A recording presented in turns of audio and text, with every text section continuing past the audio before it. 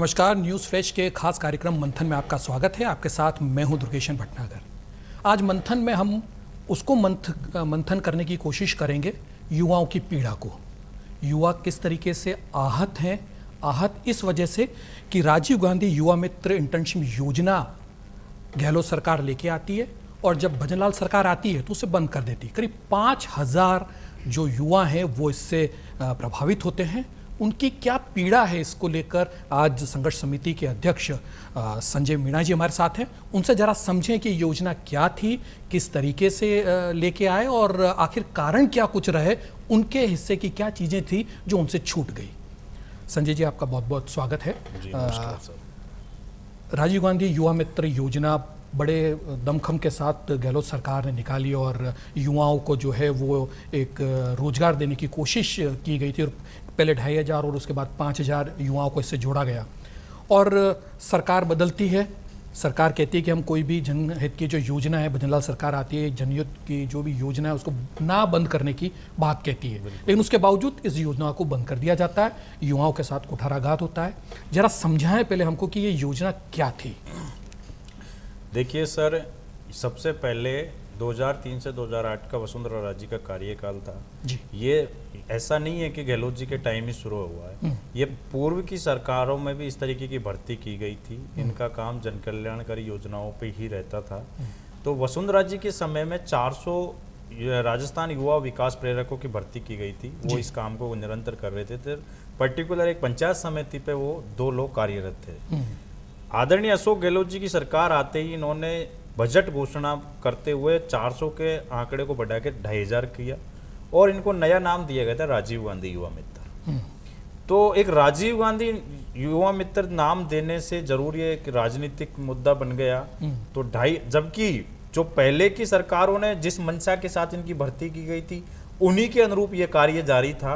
और आपको मैं बताना चाहूंगा कि केंद्र सरकार व राजस्थान सरकार की तमाम जो योजनाएं जो गांव ढाणी तक अंतिम छोर के व्यक्ति तक नहीं पहुंच पाती थी, उन लोगों को इन योजनाओं का जो पात्र व्यक्ति है उसको योजना का लाभ दिलाने का काम इन राजीव गांधी युवा मित्रों ने किया था और निरंतर ये काम कर रहे थे।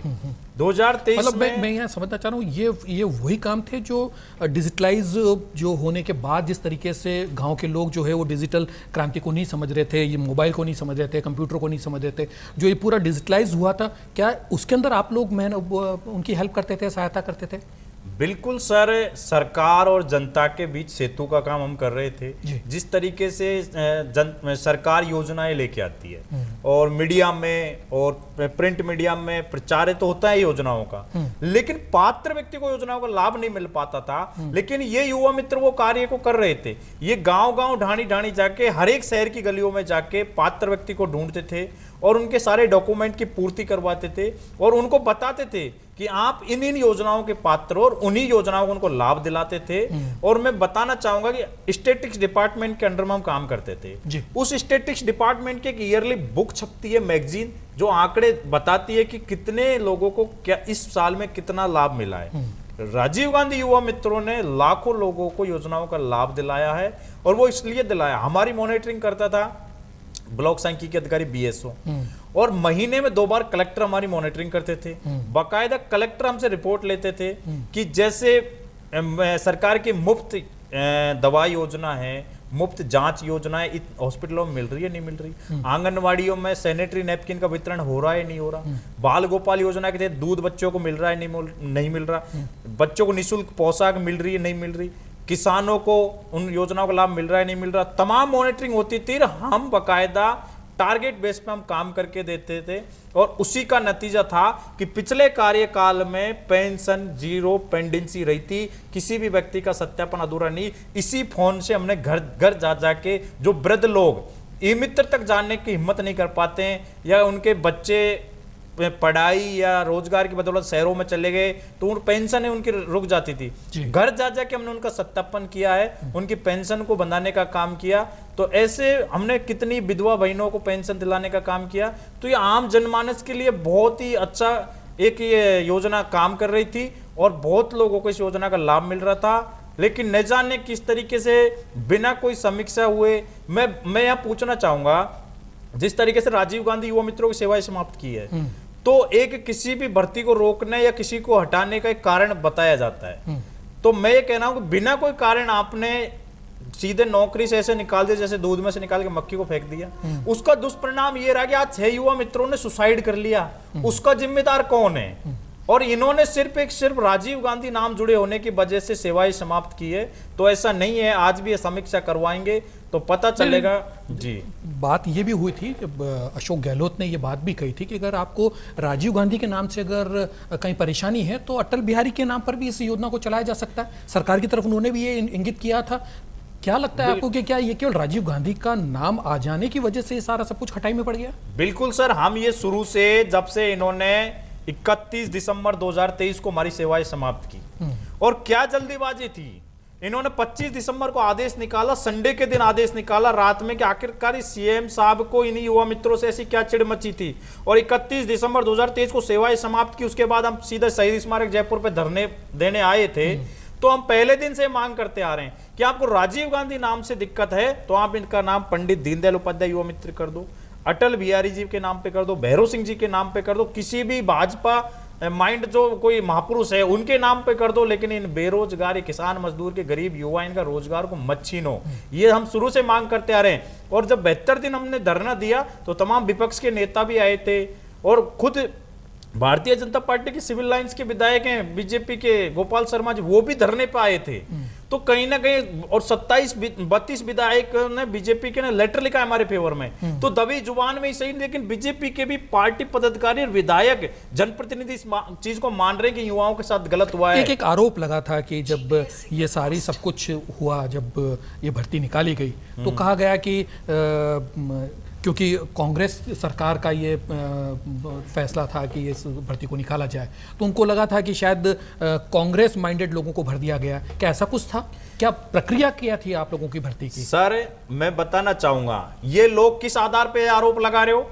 अभी इन्होंने अटल प्रेरक की भर्ती निकाली है। अटल प्रेरक की भर्ती का कहीं भी ना तो पत्रिका ना भास्कर में कोई नोटिफिकेशन निकाला है, जबकि राजीव गांधी युवा मित्रों के भर्ती का नोटिफिकेशन बड़े बड़े प्रिंट मीडिया, बड़े डिजिटल मीडियाओं में बकायदा विज्ञप्ति निकाली थी। ऑनलाइन फोरम लिए गए थे, और फोरम लेने के बाद में फोरमों की छटनी हुई, और उसके बाद इंटरव्यू हुए, इंटरव्यू के बाद में ट्रेनिंग हुई, ट्रेनिंग के बाद में भी एक एग्जाम हुई, और जो एग्जाम क्वालिफाई किया उसको इस नौकरी में शामिल किया गया था, उनको रोजगार दिया गया था। तो अटल प्रेरक की भर्ती को तो सीधे सरपंचों के माध्यम से कर रहे हैं, सीधे इनके जनप्रतिनिधियों को फोन करके कह रहे हैं इनके प्रस्ताव के नाम भेज दिए। तो असली धांधली तो अब हो रही है। अब इसको किस आधार पर नाम दिया जाए? तो मैं चाहता हूं कि कांग्रेस बीजेपी का खेल बंद होना चाहिए, राजस्थान के युवाओं के साथ न्याय होना चाहिए। ये आखिर उन्होंने राजीव गांधी किया, इन्होंने अटल प्रेरक कर दिया, फिर कोई नई सरकार आएगी इनकी सेवाएं समाप्त कर देगी, फिर कोई 6 लड़के और सुसाइड करेंगे। मर तो किसान मजदूर का युवा रहा है, मर तो राजस्थान का युवा रहा है। तो हमसे सरकारों से ये अपील करना चाहते हैं कि राजनीति के खेल को, गंदे खेल को बंद कीजिए, और इसको पर्टिकुलर राजस्थान युवा विकास प्रेरक नाम रहने दीजिए, या और भी किसी ऐसे नाम दीजिए, ऐसा पदनाम इनका नाम दीजिए जिससे कोई भी पार्टी आके इन पे कोई छिट्टा कसी नहीं करे, ना इनके ऊपर आरोप प्रत्यारोप लगाए, ना इनका रोजगार को छीने। तो अभी अगर राजीव गांधी नाम से आपको दिक्कत थी तो आप अटल प्रेरक ले आए, तो अटल प्रेरक में भी उन युवाओं को आप मौका नहीं दे रहे, तो सीधे तौर पे युवाओं के साथ चलावा है। प्राथमिकता के लिए तो कहा है उसके अंदर की कोई प्राथमिकता हम देंगे जो कि प्रशिक्षित लोग हैं उनको। बिल्कुल सर, इन्होंने हमारे 72 दिन जब आंदोलन चला, पानी की टंकी पे कुछ साथी चढ़ गए थे, क्योंकि मरता क्या नहीं करता। हमारा जब रोजगार छीन लिया, 6 लड़के सुसाइड कर लिया है, तो पानी की टंकी पे चढ़ गए, या तो रोजगार दो या मौत दो। तो उस टाइम सीएमओ के अधिकारी, जिसमें सीएमओ के सिद्धार्थ सियाग जी थे, और अपने आयोजना विभाग के नवीन जैन थे, और प्रकाश राजपुरोहित जो जयपुर कलेक्टर थे, जयपुर पुलिस कमिश्नर हैं जो बीजू जॉर्ज जोसेफ साहब, तमाम सीएमओ के आला अधिकारी थे।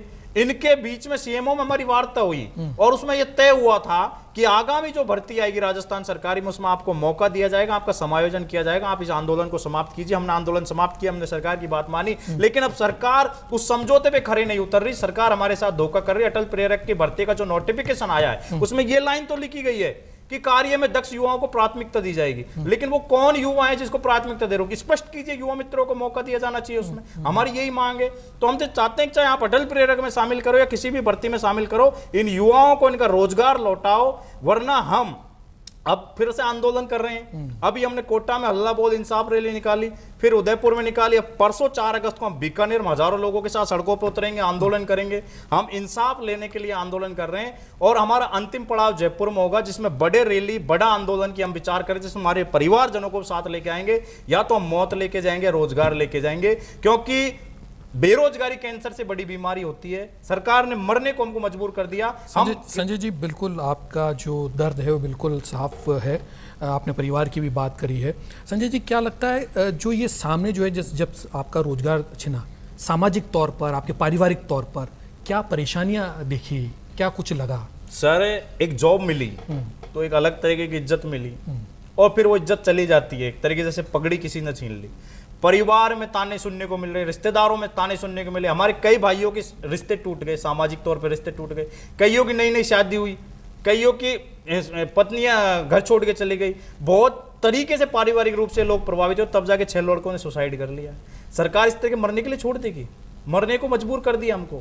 इसलिए हम कहना चाहते हैं, तो अंतिम और हम इस लड़ाई को लड़ रहे हैं। हम राष्ट्रपति से भी इच्छा मृत्यु की मांग करेंगे कि हमको मौत दे दीजिए, क्योंकि बेरोजगारी में लोग क्राइम की तरफ बढ़ते हैं, लेकिन हम क्राइम की तरफ नहीं जाएंगे। हमने संघर्ष का रास्ता चुना है, संघर्ष के बलबूते पर हम लड़ाई को लड़ेंगे और अपना हक लेके रहेंगे। और अगर हक नहीं देते हैं तो हमको मौत दे दीजिए, हम शहर से मौत स्वीकार करेंगे। अब आगे की क्या रणनीति? आगे की रणनीति, अभी हम परसों बीकानेर में हल्ला बोल रैली है, और लगभग 2-3 किलोमीटर हम पैदल मार्च करेंगे। उसके बाद संभाग आयुक्त को ज्ञापन देंगे। इसके बाद हम जोधपुर है, जोधपुर के बाद अजमेर है, अजमेर के बाद भरतपुर जो सीएम साहब का गृह जिला है, उसके बाद जयपुर। फिर बड़ा ही हम सब कुछ सोच के हमारे परिवारजनों को साथ लेके आ रहेंगे। अब की बार हम खुद नहीं आएंगे। इनको लगता है कांग्रेस बीजेपी का कौन हमारा साथ दे रहा है, आज बताइए। कौन नेता हमारे साथ खड़ा है, ये बताइए। तो अगर किसी के साथ होते तो कोई नेता तो खड़ा होता हमारे साथ। हम कैसे कैसे इस आंदोलन को कर रहे हैं, लेकिन हमारा जो स्वाभिमान है, हमारी जो नौकरी इन्होंने छीने, उस नौकरी को हम लेके रहेंगे।